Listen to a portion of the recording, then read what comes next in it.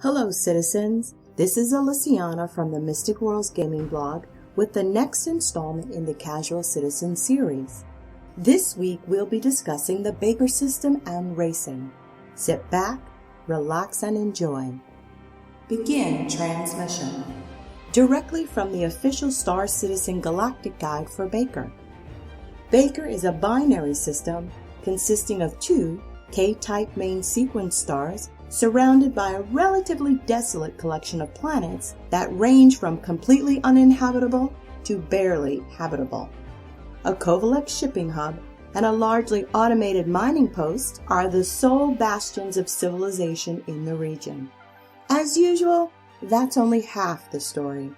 The Baker system is also home to the Able Baker Challenge, the underground racing's most dangerous event.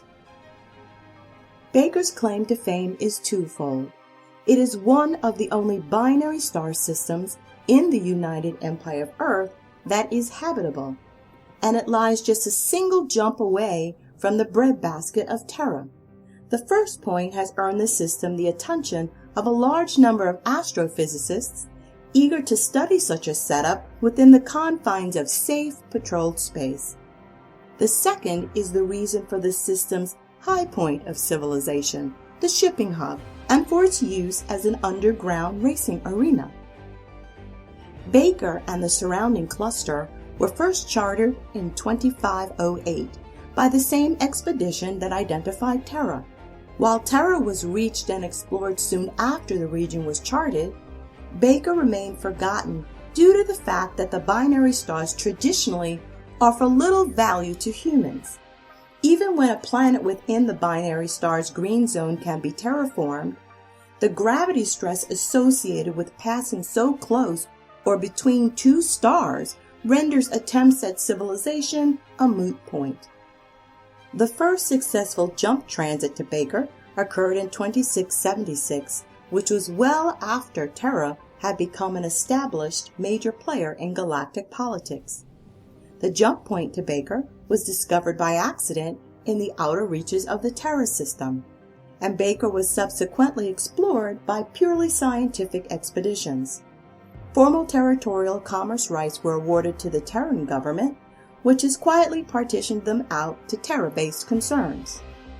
Now that ends the historical details and relevance of the Baker system. Let's explore it further from the point of view of the ARC Starmap. System composition. Baker is controlled by the UEE as we mentioned. It contains jump points to Hadur, Kyle, Osiris, Pallas, and Tayac. You may recall that Tayac is the home of the ARC space station, curators of the ARC star map. The system consists of 4 planets. One of those is iron, another smog, and another ice. Planetoid types are important for player careers that require processing resources. For example, players who will be running a Starfarer as a refueling platform will need access to gas giants as one of the elements required for processing fuel. So this is why understanding the composition of the planets in a system is important for you. The only man-made celestial body in the system is the Covalex shipping hub, which seems to be in better shape than its cousin in the Stanton system near Crusader. The Able Baker Racing Challenge in U, from the Galactic Guide.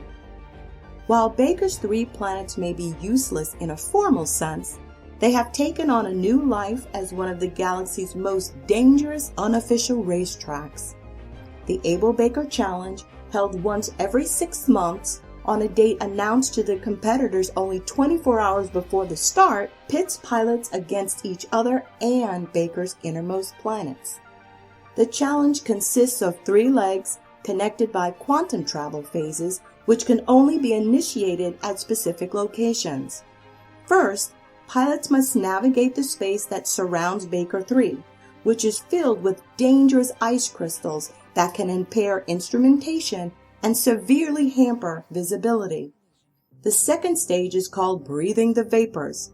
This segment involves ring targets that are placed very close to Baker 2's toxic environment. Pilots must navigate the course carefully to avoid hull damage.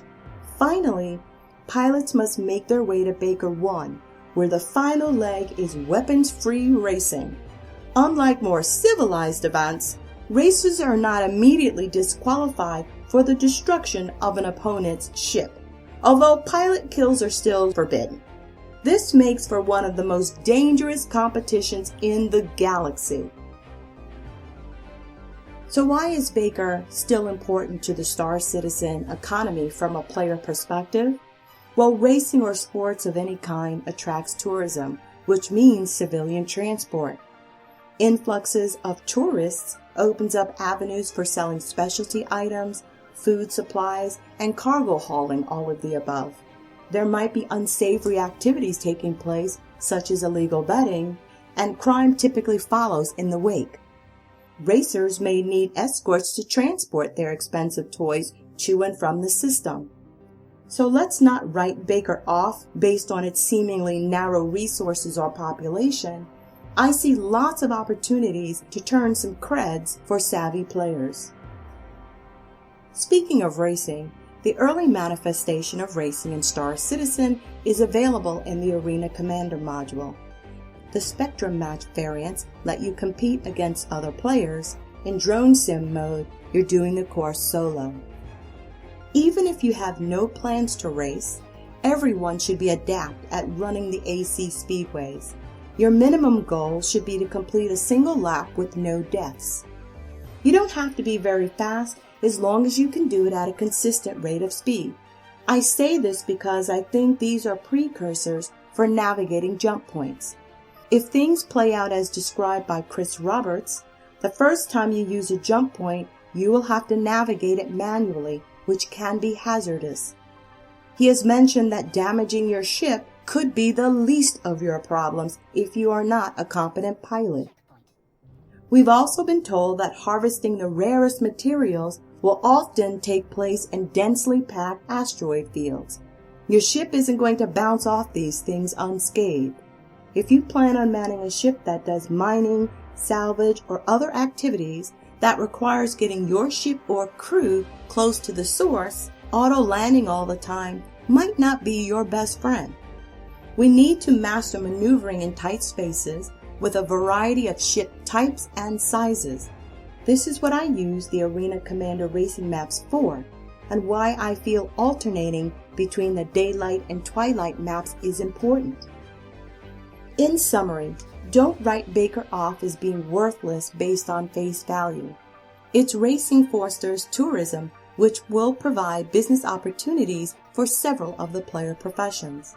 And even if you don't enjoy racing or plan to compete, you should be running the AC racing maps to master navigating and maneuvering your ship through challenging environments and under different lighting conditions. Show notes. The show notes will include links to the ARC Starmap in case you haven't checked that out yet, and shame on you if you haven't. I also recommend STL Youngblood's YouTube series that explores the Star Citizen galaxy using the Starmap. Zat has also created an excellent tube map showing off all of the known systems and their jump point connections. It's a subway map of sorts. For a bird's eye view of the galaxy from a gross level of what each system contains, I created a Google Doc matrix that aims to help with large-scale logistics planning. That's it for this week. This is Alysianah signing off till next time. See you in the verse and transmission.